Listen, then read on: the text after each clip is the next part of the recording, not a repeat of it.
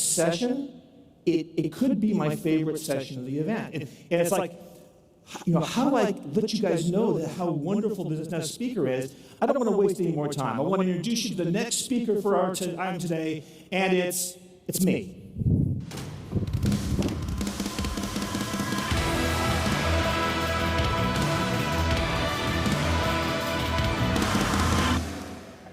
All right, Hosting and Threat Assessment 2022. All right, I don't want to leave you guys with any mystery first off the bat. I want you to know what we're talking about. But I'm going to be going fast because I have a lot of ground to cover. And I want you to, if you want this information for yourself, just send me an email, jeff.hardy@acronis.com, jeff.hardy@acronis.com. I'll send you the PDF file with all the links and all the references in it if you want it.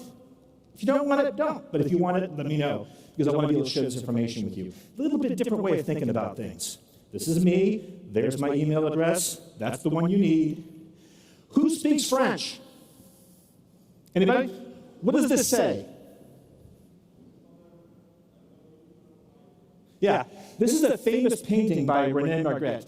And he's the guy who painted, remember the bowler hat guy where he has the bowler hat and his head's an apple? Remember that painting? Same artist. But thank you so much. What he did is he painted this because what he was talking about is how we get caught up in ideas and definitions and representations and we lose the real meaning. It says, this is not a pipe. Obviously it's a pipe, but it's not really a pipe. It's a painting of a pipe, right? He was making a point. And what's that point? When we talk about things like security or computing, it's an abstraction. The term becomes an abstraction that's separated from what we really mean. In this case, the quality, abstraction, and this concept is it's the quality of dealing with something separately from what its core essence or what its real world thing is. Security, the term security is too abstract. We can represent it with an icon. We do that in marketing because it lets it be whatever it needs to be in the customer's mind, but we lose a little bit of the definition. And when we talk about tactics and activities, they're very task-oriented and they're very precise, and we lose the concept. What we need something to think about in the middle. I'm going to try to give you that thing before I go into individual representations of the risks that hosting companies are going to be facing. I want to give you a different way to think about it. The next concept I want to introduce to you is, who's heard of the development concept, shift to the left? Have you heard that? Shift to the left. Shift to the left is a concept that when you're thinking about security, it used to be security problems were looked at like a bug. You'd say, okay, I'm going to build my product, build my service, and then find the security holes as if there are bugs in my software and fix them. The concept of shifting to the left is that you want to think about security earlier on in the process. The idea of building security into your services, into your software at the very, very beginning, it's a different way of thinking about the whole process. So, two ideas, removing abstraction and shifting to the left. I'm going to teach you how to think about shifting to the right. We'll get to that in a minute. Next idea I want to give you, famous painting, right? Famous picture, best picture, The Godfather. I'm going to make him an offer you can't refuse, right? Why? Because cybercrime is a business. No matter how you slice it, it's a business. These are Jeff's 5+1 security axioms. Cybercrime is a business. The second thing is, there's no such thing as a completely secure system, no matter how good your security or your encryption. It just doesn't exist. Tough for us to swallow, but that's the truth. Third, any system that can be subject for compromise when and if the value derived from the compromise exceeds the cost of doing the compromise, right? That is when you become vulnerable. It's the definition. Fourth, the cost of technology and thus the cost of committing cybercrime goes down every year. In fact, not just every year, it goes down all the time. Conversely, the value of any digital system goes up over time. The value of your the value of your customer data, if you're adding customers, your customer data gets valuable over time. Any system that you rely more and more on becomes more valuable over time. So the cost of attacking you goes down perpetually, and the value of what you're being attacked goes up over time. Last, this follows directly. The best way to address any security in any system to consistently increase the cost of them doing an attack, while at the same time decreasing the potential for them to derive a value from it. All right? And the one little plus one at the bottom of that, remember, economic gain is not just measured in money. It's measured in what's called utility. If somebody's just mad at you, that for some people that can be utility, right?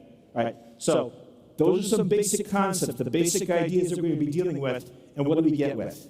We get this. Well, so far you're seeing nothing. But what we have value and cost going up and down on the vertical axis, and we have time on the horizontal axis. This is the cost of committing a cybercrime. Over time, the concept we've already covered, the cost of committing any cyber attack or cybercrime, goes down over time. Their technology is improving. They're always working to get you. You're going to install a new system that gives an opening to a supply chain attack. The cost of attacking you goes down persistently over time. Conversely, the value of your system, whatever that system is, whether it's just data, whether it's the ability to compromise you in some other way, the value of your system goes up over time, perpetually. This is where we are today. Just while we're having this conversation, we're approaching that little fulcrum point, that intersection point. This is when you become a prime target, when the cost of attacking you all of a sudden is less than the value that's being achieved. This is an idea. This is called a cost-benefit economic analysis of cybercrime. But just the time I've been talking to you, we've gone from there to there. Time continues to march on. So what do we do about it? We're talking the concept here, right? This is an economic model. When we get to here, we've got a problem. We need to not get here. Somebody nod that they understand what we're not getting here, right? Yes? You're not nodding. Okay, I'll go over that again? No, okay. Oh, you're nodding. No, okay, I got you. All right. So the first thing we need to do as a concept is move the cost curve to the right. We're moving security ideas to the left earlier, right? Well, now we need to think about the left and the right. We need to shift the cost curve to the right. If we do that, there's just some ways you do that. Consistently update and patch, improve your detection, minimize vectors, harden your perimeter, increase civil criminal penalties. That's how governments can get involved. These are all things that move the cost curve to the right. That curve moves to here, therefore the inflection point occurs here. You've bought that much time. You understand? So what's the other half of this equation? The other half of this equation is we need to move the benefit curve to the right as well. How do we accomplish that? Move it this way. Things like make ransomware moot. Ransomware is useless if you have a planned strategy that deals with it. If they manage to get past all your cost increases and you're still in there, if you take away their ability to derive economic value from it, you have moved the benefit curve to the right. Other ways, improve response. They get through the frontline perimeter, but your response is so fast that they never have time to capitalize on it. Accelerate your disaster recovery solutions. And use advanced encryption. Once they're in there, they can't see what they're getting. And accelerate legal enforcement. That moves the benefit curve to the right. So what happens? We get point 3. We get a new intersection point. And whatever time scale you put this on, we go from point 1 to point 2 to point 3. By dealing with both sides of the equation, we persistently stay ahead of the bad guys. Kind of make sense? Yes? Right. So what we're doing is we're not talking about individual tactics. The things you see on the sides, those are tactics. We're not talking about the strategy. The strategy is cyber protection. We're talking about a way to think about how you deal. Something like this. Every quarter, we move the cost curve a little bit to the right, we move the benefit curve a little bit to the right. That is a way of thinking about it that may be better off. Okay, so that's that. That's the economic model of cyber protection. Next thing we took, I took a look out at the hosting landscape and just evaluated some of the things that you're exposed to every single day. What are some? But how are we going to evaluate those things? Everybody does a lexicon. We did this one. So risk level. First word, low, medium, or high. This is our perception, our evaluation of the current element of risk for 2022 in each category. And you'll see how it applies in a minute. Everything gets a 3-word score. If something was a very, not something not to worry about too much, it would be low, rare, isolated. Kind of get the idea, right? Frequency, how often those risks emerge. And the consequences. Sometimes the consequences are a single website. Those are isolated. That's an example of an isolated impact. Sometimes it's severe. It can take down your whole data center. Right? So we're going to go through a lot of potential risks as we assess these things and judge them by 3-word categories. Let's do a few. First, I put a bunch on a single page. Direct threats to core and hosted systems, starting with operating systems. Current, medium, persistent, severe. We see it as a medium threat because they come up rather frequently. We see it's persistent. They're always looking for a way to crack Windows. They're always looking for a way to crack Linux. In fact, you see there's a couple links here I put here for you. There's a link, and if you request a deck, these links will be live. There's a link there to monitor Windows Server vulnerabilities in real time. I've got a couple links like the F2FS Linux kernel vulnerability. There's an update on that, happened about a month and a half ago, 2 months ago. And then there's another link where you can monitor Linux vulnerabilities. But overall, it is medium, persistent, severe is our assessment for OS risk in 2022. Web applications. You know what? It's medium, it's persistent, and it's moderate. When I say it's medium, it's a balanced risk for the year because it just happens about every year. Again, it's persistent. Web applications are consistently under compromised risk. And it's moderate threat because it usually doesn't take down an entire data center. It usually doesn't take down a whole cluster. It's usually something that's isolated to some virtual machines and not much beyond that. Incidentally, there's a link there to the Open Web Application Security Project. They monitor all consistently any risks that are discovered associated with web applications. Control panels, low, sporadic, and severe. So low risk, the control panels are pretty well buttoned down these days. I've looked at them all, I've worked with them all, they're good folks. They have full-time security teams working on them in real time. So there's not a lot of activity going on to compromise those systems. That's why it's low. Sporadic, something pops up very infrequently, it's very sporadic. But if it does, the consequences are severe. If you're dedicated to a certain control panel and there's something, a serious compromise happens on it, it has a broad impact on your operations. Incidentally, in the recent, I only saw one, back to Log4j, at Acronis, we were watching that in real time, and we had a whole team just working on making sure our customers were safe from that. We only saw one control panel that was exposed to it. It wasn't even the full control panel. It was the Dovecot Solar Service, and it was only that element within cPanel. But they put a patch out for it. That link goes, if you get the deck, you can have it. That link goes to their response to it, how to, if you're still running on a previous version of cPanel, how to patch your systems. You can get that information there. And then automated billing systems, again, low, sporadic, severe, same as the control panels. I wasn't able to find any serious compromises in the billing systems and automation systems over the last year, so I have nothing new references to show. That's a good thing. Having a blank below there is actually a good thing. Let's move along. Direct threats. Internal social engineering. People always say things like the human element is the weakest link. I don't like to think about it that way. Technology is supposed to serve us. We're not supposed to be a cog in the technology machine, but we kind of think of it that way, right? But social engineering is high, persistent, and severe. You're going to see me do a couple references like this. I'm very sensitive. I love all hosting companies and all cloud companies. I love you all. So I anonymized these are real reports that were from the media. I've anonymized them because I do not want to call anybody out. But this is an example of a hosting company where the entire system was attacked through social engineering, gaining access to the system. And it's a real risk, and this happened about a year and a half ago. Next, ransomware. High, sporadic, and severe. I see hosting companies, I've been seeing a consistent stream of hosting companies that have fallen victim to ransomware, either through their entire systems or through just through single data centers. So it's something we need to be persistently aware of. ransomware appears in 10% of breaches, more than double their frequency from last year. It's where all the action is. What do you say? It's all the really evil hackers are working in ransomware these days. That's why we're doing so much focus on it from Acronis' perspective.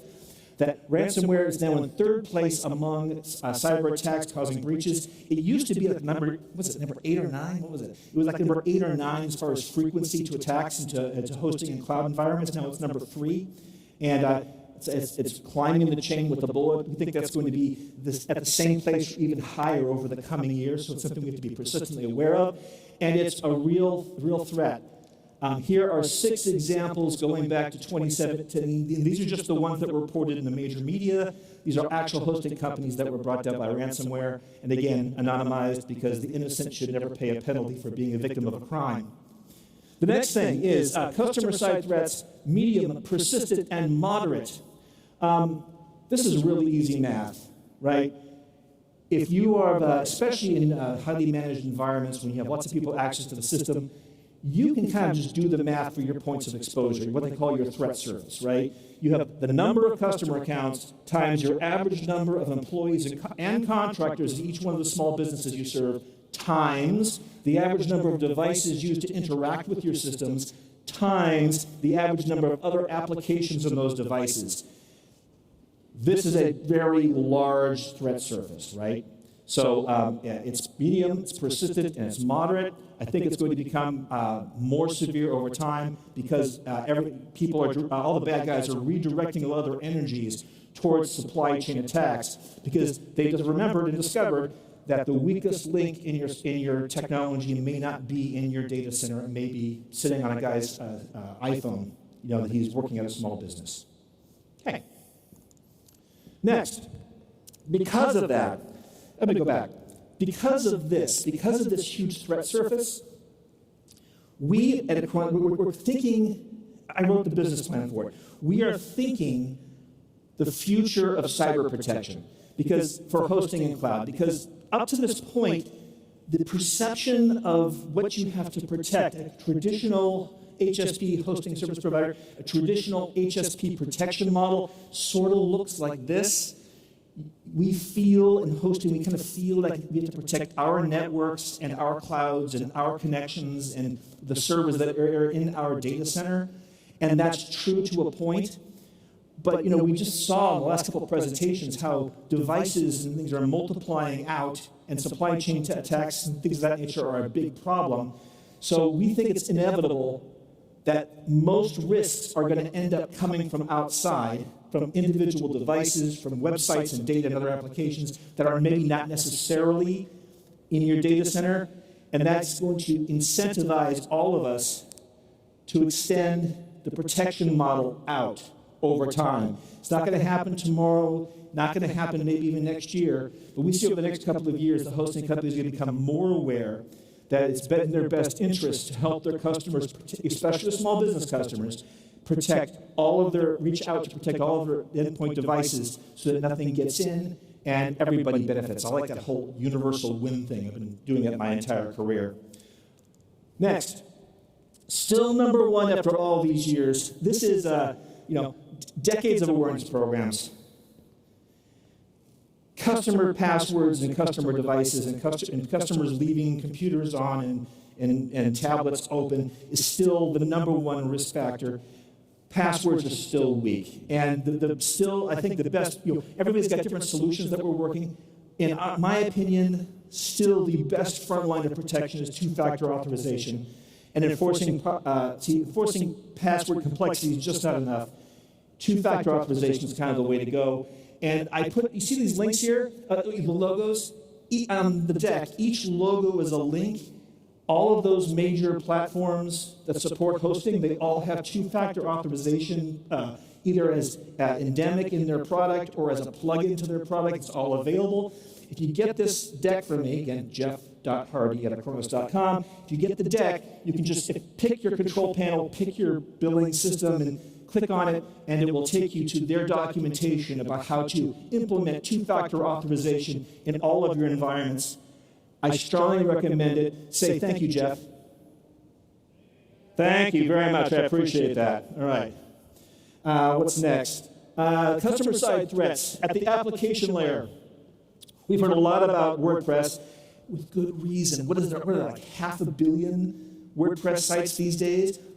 There are entire hosting companies out there where WordPress accounts for 95% of their business.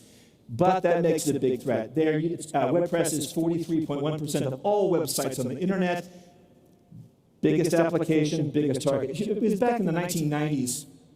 Everybody, they said that Apple was all funny with their marketing, right? It was like, oh, I'm Apple, and yes, and I'm totally secure. And the guy, yeah, I'm Windows PC. He said, oh, you got a virus. Remember those commercials, right?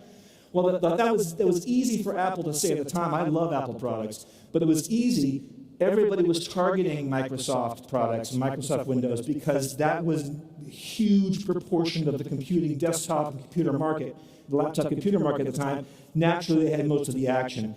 As that changes, things change. But think of it the same way. It's not that WordPress sucks. It doesn't suck. It's not that WordPress is inherently insecure. It's that WordPress is the biggest threat profile landscape, the biggest surface area for attack. So that's where the bad guys are focusing on, right? They're going to be looking for just the pieces that they can attack. That's the way to think about it. But it doesn't apply just to WordPress. All CM applications have strong risk profiles. We know it. We've been hearing it all day. Widgets, apps, plugins, every theme that's ever been made. And the bigger the variety of all these things, the more potential risk that we're exposed. That's why we see it as medium, persistent, and isolated. Most of the time, if somebody gets a website compromised, you have a spam or some sort of attack issue at an isolated level, perhaps just at the website level, maybe out into the server or VM level, but it doesn't usually extend beyond that. But that's why it's isolated, but it's something we need to persistently and consistently be aware of. Physical damage and destruction. This is the last category that we have today. It's real. This is the interesting thing. Notice the rating. It says low, rare, and severe. That's because the general risk is low. It doesn't happen very often. But when it really happens, it can be catastrophic. Again, anonymized to save the distance. You still have to worry about having geographic redundancy, some way to protect yourself if a worst case scenario happens. It's not just worst case to your data center. It could be worst case to the power plant that's a mile away that's powering your data center. And you've got 3 days worth of diesel fuel for your generators on site for your backup. And it's going to be longer than 3 days, and what are you going to have to do? So geographic redundancy is still something that we have to worry about. So this is a summary of all of it, staying safe and cyber fit for hosting and cloud companies in 2022. This summarizes all those things that we just talked about.